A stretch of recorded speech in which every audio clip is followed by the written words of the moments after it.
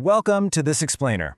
I am literally so excited to jump right in today because we're tackling a feeling that almost all of us have experienced at some point: career stagnation. You know that feeling, right? When you're working incredibly hard, but you just can't seem to break through to that next level. Well, get ready, because today we are going to unpack 4 life-changing secrets that act as an absolute blueprint for breaking out of that rut and taking full charge of your professional destiny. These 4 secrets come straight from Dick Lyle's brilliant book, Winning Habits. And honestly, what I absolutely love about this source is that it doesn't just feed us dry, boring corporate theory. Instead, it wraps some incredibly tough, no-nonsense leadership advice right inside a highly relatable story. We're going to extract the core lessons from that narrative today so you can walk away and apply them immediately. So, to really set the stage here, think about this. What do you do when everyone around you is moving up and you're just standing still? It's the exact dilemma facing our main guy, Albert. Now, Albert is a smart, capable guy. He does good work, but suddenly he finds himself trapped in this painful career nightmare. He's literally having bad dreams where he's stuck in a cage watching his colleagues just float upward on magic escalators. He's watching peers, people like Megan, Jennifer, Chip, Elizabeth, all get tapped for big promotions, while he's left feeling totally obsolete and left behind. He feels powerless, lost, and alone. So how does he fix it? Okay, here's our roadmap to bust out of that career stagnation. We'll start with the career trap, followed by 4 core habits: add extra value, reject excuses, anticipate problems, and finally, elevate everyone else. Part 1. The career trap. Feeling completely powerless, lost, and alone. Looking for a lifeline to jumpstart his stalled career, Albert goes to visit a legendary mentor, Admiral Farragut. And the Admiral immediately hits the nail on the head. He tells Albert, look, you don't lack intelligence, and your work isn't bad. You just lack winning habits. He says a few good habits will make you a pace setter. What's super interesting about this concept is how it totally flips the traditional idea of leadership on its head. The Admiral's core philosophy is that you've got to make good things happen around you, whether or not you are the designated leader. You don't wait for a promotion to start leading. You lead through your habits right now, and the rewards naturally follow. Section 2. Habit 1. Add extra value. Be the first on and the last off. The Admiral actually learned this very first secret back when he was a young baseball player.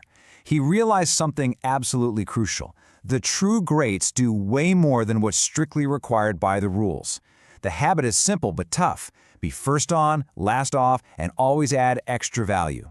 The crucial point here is that true greats don't just rely on their brains or raw talent when the spotlight is on. The Admiral uses baseball legend Tony Gwynn as an example. Gwynn wasn't a legend just because he could hit well. He was great because he arrived early, took extra swings, stayed late, and relentlessly reviewed tapes to self-critique. He put in the meaningful extra effort long before the actual test ever came. It's all about curiosity, dogged endurance, and honest self-critique. So how did Albert actually put this into practice? Because he didn't just nod along and go back to his old ways. No, he engineered his whole environment. He programmed his computer screensaver to flash these habit reminders right at him. He created a custom 30-page daily journal, dividing up his days into smooth sailing where he succeeded and stormy seas where he failed.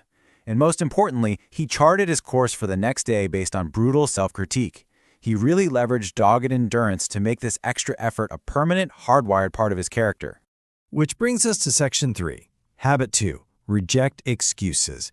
Never, ever trade results. This is a big one. It's an enabling habit that human nature constantly fights against. Never trade results for excuses. Seriously, let that sink in for a second. The Admiral explains to Albert that an excuse, any excuse, is literally nothing more than a justification for failing to meet a commitment. Activity just does not equal productivity. You can be incredibly busy, you can face huge, unfair obstacles, and you can have a perfectly valid reason for failing. But at the end of the day, an excuse never, ever takes the place of a result. The Admiral learned this the hard way through some pretty brutal hazing at the Naval Academy. Picture this: upperclassmen firing rapid-fire questions at midshipmen during meals. If you didn't know the answer, you absolutely couldn't just say, "I don't know." You had to say, "I'll find out, sir." And if you failed to find that answer by the very next meal because you had to go to class or sports practice, you still couldn't give an excuse. You just had to look them in the eye and say, "There's no excuse." Accepting no excuses is painful, but it completely shifts your mindset. It forces you to choose the hard right over the easy wrong and pushes you to actually bypass obstacles rather than just surrendering to them. Let's dive into Section 4. Habit 3, anticipate problems, solving them before they even happen. Building right on top of those first two habits, this third secret focuses entirely on protecting your desired results from sudden unintended disasters. The Admiral lays out this totally jargon-free 6-step framework for making decisions. Define your objectives, generate alternatives, develop an action plan, troubleshoot, communicate, and implement. But the Admiral points out a massive trap here. Step 4, troubleshoot, is where the real magic happens. You see, most problems you run into are actually just unintended consequences of previous solutions. So the absolutely crucial step is troubleshooting your action plan to solve potential problems in advance, way before you ever hit the implement button. Now notice the really clear distinction the Admiral makes here. The first 3 or 4 steps of that framework, defining the problem, finding alternatives, making a plan, that only gives you the right answer. But let's be real, we live in a messy world where the right answer just isn't enough. You must troubleshoot, communicate, and implement to actually get the right result. A technically good answer that runs into an unexpected negative event, that just creates a brand new problem. To really drive this point home, the Admiral shares this amazing story about his brother-in-law. This guy was a wildly successful trial lawyer who won 47 consecutive cases. 47! The press called him lucky. They said he always magically pulled a rabbit out of the hat at the perfect moment. But the lawyer's actual secret? He made sure he already had 10 rabbits in the hat. What looked like sheer, unbelievable luck to everyone else was actually just him anticipating every single potential problem in advance and having a backup solution already prepared. Anticipatory thinking isn't paranoia, it's the ultimate shortcut. All right, our final stretch. Section 5. Habit 4. Elevate everyone else. Make them look good. This final secret actually comes from a young media executive who shot to the absolute top of his industry in record time, flying right past people who had decades more experience. His secret weapon?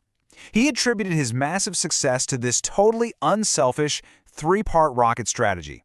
In every single job, he did everything humanly possible to make his boss look good, his subordinates look good, and his peers look good.